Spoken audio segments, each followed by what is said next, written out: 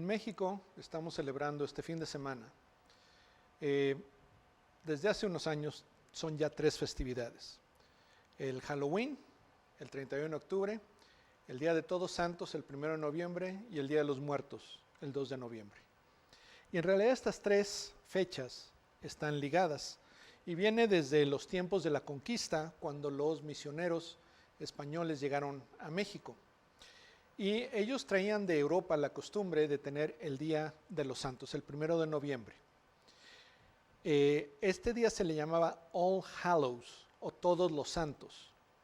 Y al día anterior, que sería Eve, el día anterior es All Hallows Eve, lo cual se convierte eventualmente en Halloween. Y cuando vienen a México, cuando vienen a Latinoamérica y ven la manera como las culturas indígenas veían a la muerte, al mundo al que se entraba después de morir, añaden el Día de los Muertos, el 2 de noviembre. Pero en realidad lo que se pretendía era recordar a los santos, y los santos no eran solamente aquellos que han sido canonizados o que son reconocidos por la iglesia. Esos tienen su día, cada uno tiene su día, pero el 1 de noviembre era cuando se recordaba a todos los santos, todas aquellas personas como tú, como yo, nuestros parientes, nuestros amigos, que habían alcanzado santidad y habían muerto, aunque no fueran reconocidos como santos.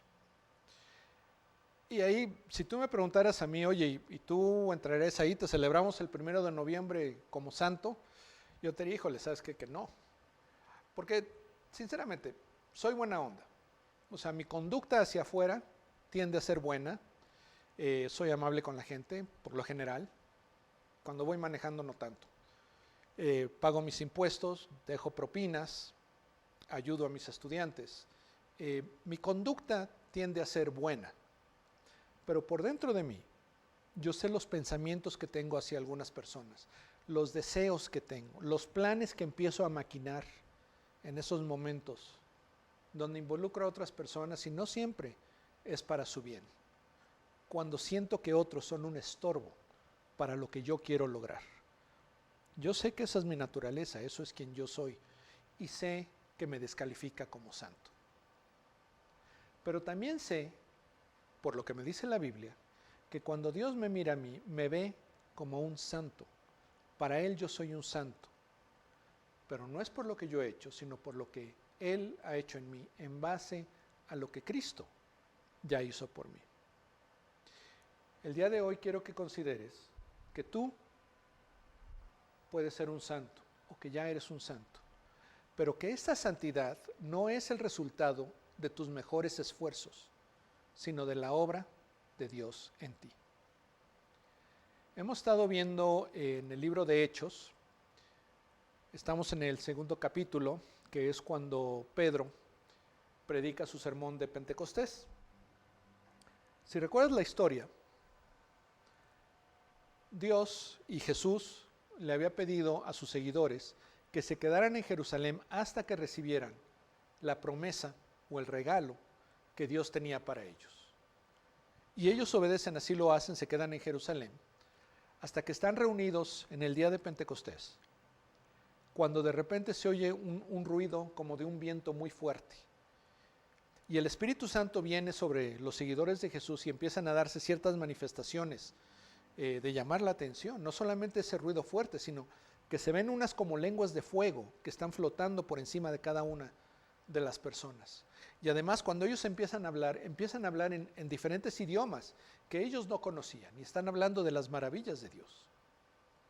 Y la gente que estaba en Jerusalén precisamente por la fiesta de Pentecostés oyen este ruido y se acercan a ver qué es lo que ha pasado. Y cuando ven a los seguidores de Jesús expresándose de esta manera, no lo entienden.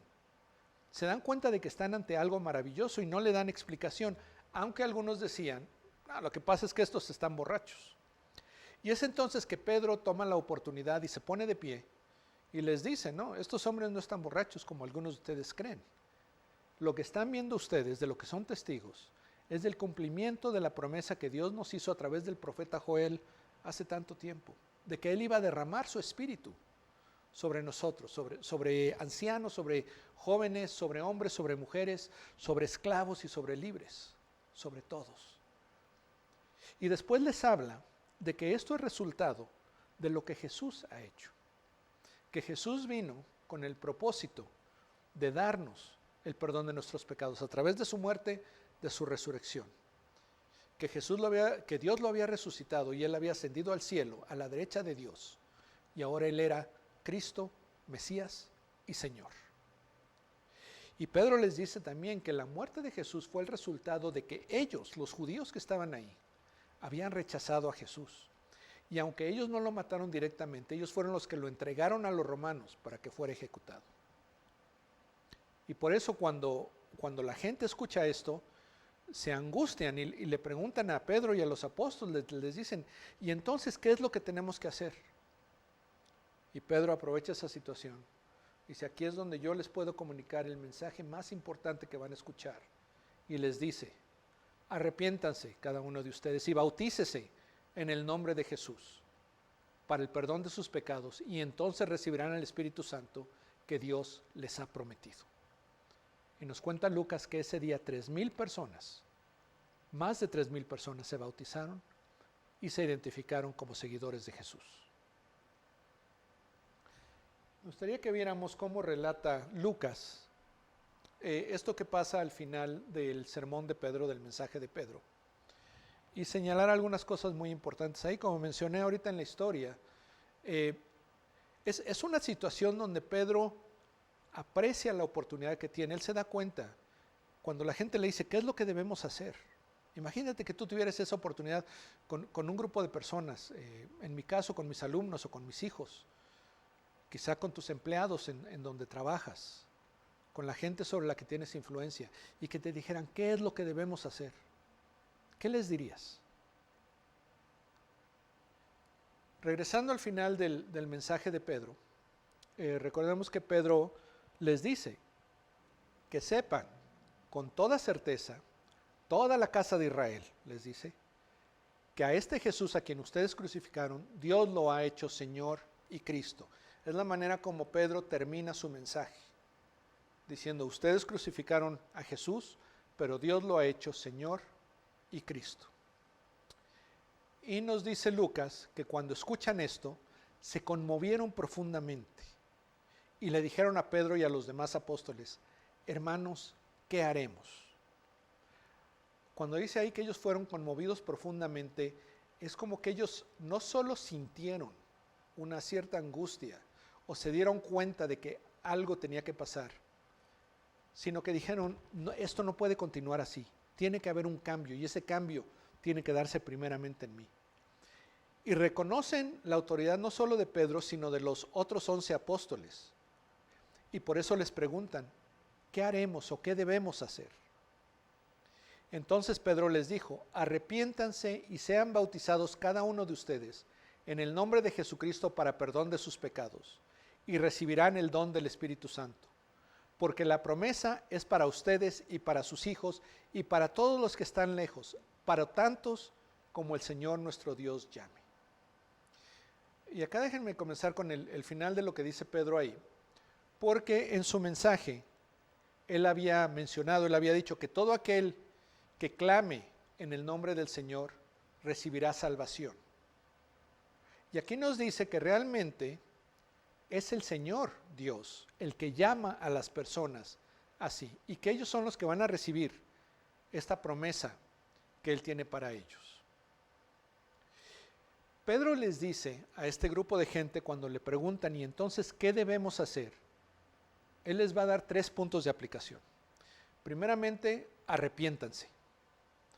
Y este arrepiéntanse no es solamente el sentirse mal acerca de algo. Ya nos había dicho anteriormente Lucas que la gente estaba conmovida profundamente. En algunas versiones dice que habían sido heridos en el corazón. Era un dolor profundo el que tenían, un pesar. Pero Pedro dice, no es el sentimiento lo que estamos buscando. No se trata de cómo se sientan. Este arrepentirse es como lo que Juan el Bautista había predicado en el río Jordán cuando bautizaba a las personas con un bautismo de arrepentimiento. Básicamente Juan el Bautista les decía, ustedes tienen que cambiar la manera como viven, incluso cambiar quiénes son. Por eso cuando la gente le preguntaba, ¿y entonces qué debemos hacer? Él les decía, pues mira, si tú tienes comida y ves que tu hermano no tiene, compártelo con él. O si tú tienes 2 abrigos, dale uno al que no tiene nada. Le decía a los soldados, ustedes confórmense con su sueldo y no se aprovechen de su posición de autoridad para extorsionar a las personas. Y a los cobradores de impuestos les decía, no cobren más de lo debido y estén satisfechos con lo que reciben. Es un cambio de vida. Un tema que vemos varias veces en la Escritura es que Dios no solo perdona nuestros pecados, sino que cambia nuestra naturaleza. Al profeta Isaías, cuando tiene la visión del trono de Dios y el ángel toca sus labios con el carbón encendido, le dice, tu pecado ha sido quitado y tu iniquidad ha sido cambiada. No es solamente el perdón del pecado, sino un cambio en quién eres. Y lo que Pedro le está diciendo aquí a la gente es que tomen la decisión, que acepten honestamente, sinceramente ante Dios, que no quieren continuar igual. Eso es arrepentirse. Es decir, yo iba para allá y ahora quiero ir hacia allá. Quiero ir hacia donde está Dios, a donde Él me está llamando, a ser quien Él quiere que yo sea. Eso es el arrepentimiento. Y por eso Pedro les dice, sean bautizados cada uno de ustedes en el nombre de Jesucristo para perdón de sus pecados. Esto es mucho, pero básicamente cuando Pedro habla aquí de bautizo, el bautizo era un rito o era una práctica común en las culturas del antiguo Medio Oriente. Y el bautizo era una forma de identificarse con algo, de demostrar lealtad o apego hacia algo o hacia alguien. Lo hacían, por ejemplo, para identificarse como discípulos de un filósofo o de cierta ideología. O era una ceremonia para indicar que pertenecían, que se comprometían hacia un grupo en particular. Y aquí cuando Pedro les dice que se bauticen en el nombre de Jesucristo, es que se identifiquen como seguidores de Jesús. Lo cual debe haber sido tremendo para Pedro, porque recordemos que un par de meses antes, varias personas le habían preguntado, oye, ¿tú también eres de los seguidores de Jesús? Y él lo había negado. Y ahora él se pone de pie en Jerusalén, en medio de esta multitud de gente, de miles de personas, a decirles que hagan lo que él no fue capaz de hacer, pero que ahora está haciendo, que es identificarse con Jesús. Se bautiza en el nombre de Jesús. Y bautizarse en el nombre de Jesús también significa reconocer su autoridad como Señor sobre nuestras vidas. Cuando nos bautizamos nos sometemos a Él. Es una manera de indicar nuestra lealtad y nuestra obediencia hacia Él. Y menciona ahí Pedro, dice que se bauticen para el perdón de los pecados. Y ahí podría parecer que está diciendo Pedro que al bautizarse, al hacer esta ceremonia, es cuando los pecados son perdonados. Pero para eso me gustaría ver algo que el mismo Pedro escribe un tiempo después a las iglesias cristianas del primer siglo. Él les está hablando acerca del tiempo de Noé y cómo Dios toma a Noé, a sus hijos y a sus familias en el arca y los salva del agua. Y entonces aquí Pedro va a hacer un paralelo y les dice ahí en primera de Pedro 3:21. Dice, y correspondiendo a esto, a la historia de Noé, el bautismo ahora los salva a ustedes, no quitando la suciedad de la carne, sino como una petición a Dios de una buena conciencia mediante la resurrección de Cristo. No es el acto, la ceremonia, el rito, lo que salva. Dice, no es como limpiar la suciedad de la carne, de nuestra naturaleza. No es que el agua haga eso, sino más bien que viene de la petición a Dios de una buena conciencia mediante la resurrección de Jesucristo. Es reconociendo quién es Jesús, reconociendo lo que Jesús ha hecho, que es lo que demuestra su resurrección, es reconocerlo como Señor. Y en una buena conciencia, honestamente, sinceramente, pedirle a Dios que Él nos salve. Entonces, no es el rito del bautismo en sí. El bautismo significa nuestra entrega, nuestra fe a Dios en base a la obra de Jesucristo para el perdón de nuestros pecados. Eso es lo que perdona nuestros pecados, no el agua. Y la tercera cosa que les dice Pedro, la primera es que se arrepientan, la segunda es que se bauticen, y la tercera es que van a recibir el don del Espíritu Santo.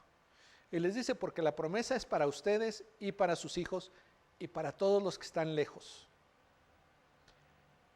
Ahora, ¿de qué se trata esto de la promesa del Espíritu Santo? La gente que estaba ahí estaban siendo testigos del cambio en este grupo de personas, porque el Espíritu Santo había llegado a ellos. Y Pedro le está diciendo, si tú haces esto, si tú te arrepientes, si tú te bautizas en el nombre de Jesús, tu vida va a cambiar. Y Jesús le había dicho a sus apóstoles que el Espíritu Santo viene para glorificarlo a Él. El Espíritu Santo glorifica a Jesús cumpliendo su obra en nosotros. Es lo que la Biblia llama el proceso de santificación.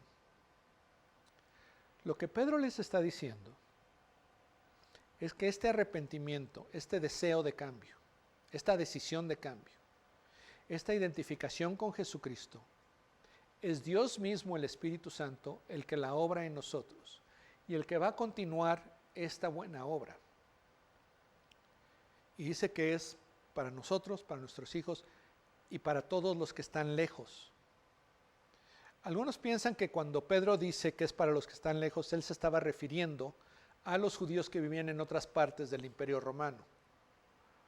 Porque vamos a ver más adelante, vamos a llegar eventualmente a una historia donde Pedro se da cuenta de que la salvación de Jesús y el Espíritu Santo no son solamente para los judíos, sino que son para aquellos que no son judíos, también es para todo el mundo.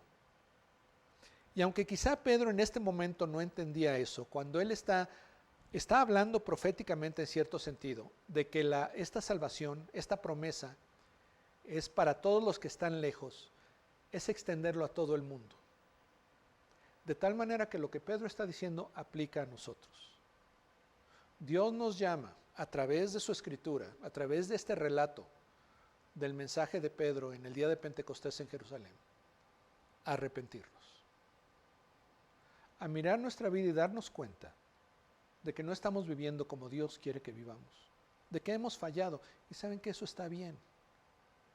Es muy bueno darnos cuenta que hemos fallado, porque eso entonces va a hacer que dejemos de tratar por nosotros mismos y que le pidamos a Dios que sea Él, con su poder, con su sabiduría, con su bondad, con su amor para con nosotros, el que realice esa obra. Y tenemos la promesa, Él nos dice, el que comenzó la buena obra en ustedes, la terminará hasta el día de Cristo Jesús.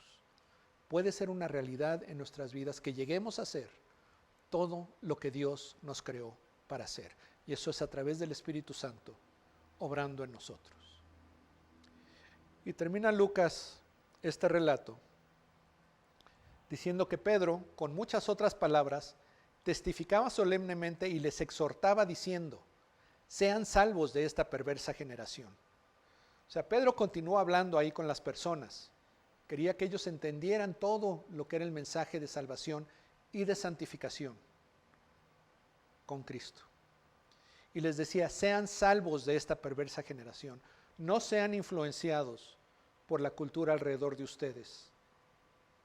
Sepárense, sean el pueblo de Dios. Y nos dice que entonces los que habían recibido su palabra fueron bautizados y se añadieron aquel día como 3,000 almas.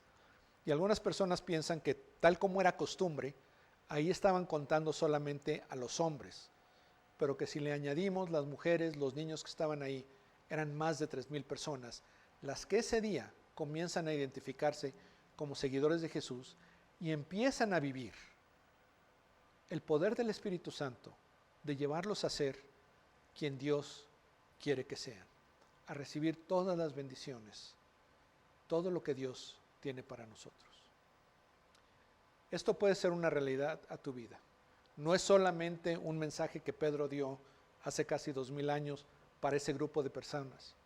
Es el mensaje de Dios a nosotros hoy. El Espíritu Santo, Dios mismo, nos es dado para tener la presencia de Dios y el actuar de Dios en nosotros continuamente. Nosotros no podemos lograrlo por nosotros mismos, pero Dios puede y quiere hacerlo en nuestras vidas. Por eso esta semana te animo a que en oración, en sinceridad, tú digas, ya no voy a tratar más, ya no voy a tratar de hacerlo por mí mismo, no puedo. Y en cambio le digas a Dios, dejo tu santificación, dejo mi santificación en tus manos, para que yo llegue a ser tu hijo, tu hija, como tú quieres que yo sea. Vamos a pedirle que así sea.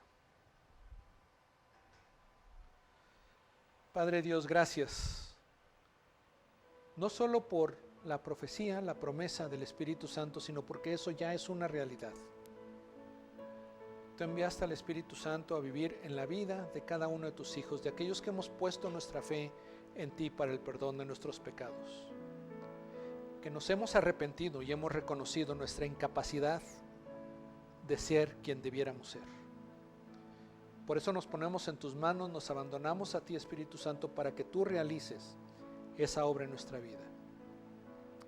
Para que demos testimonio de quién es nuestro Padre Dios y de la bendición, el gozo que es ser sus hijos. Para gloria de nuestro Señor Jesucristo, quien logró todo esto por nosotros.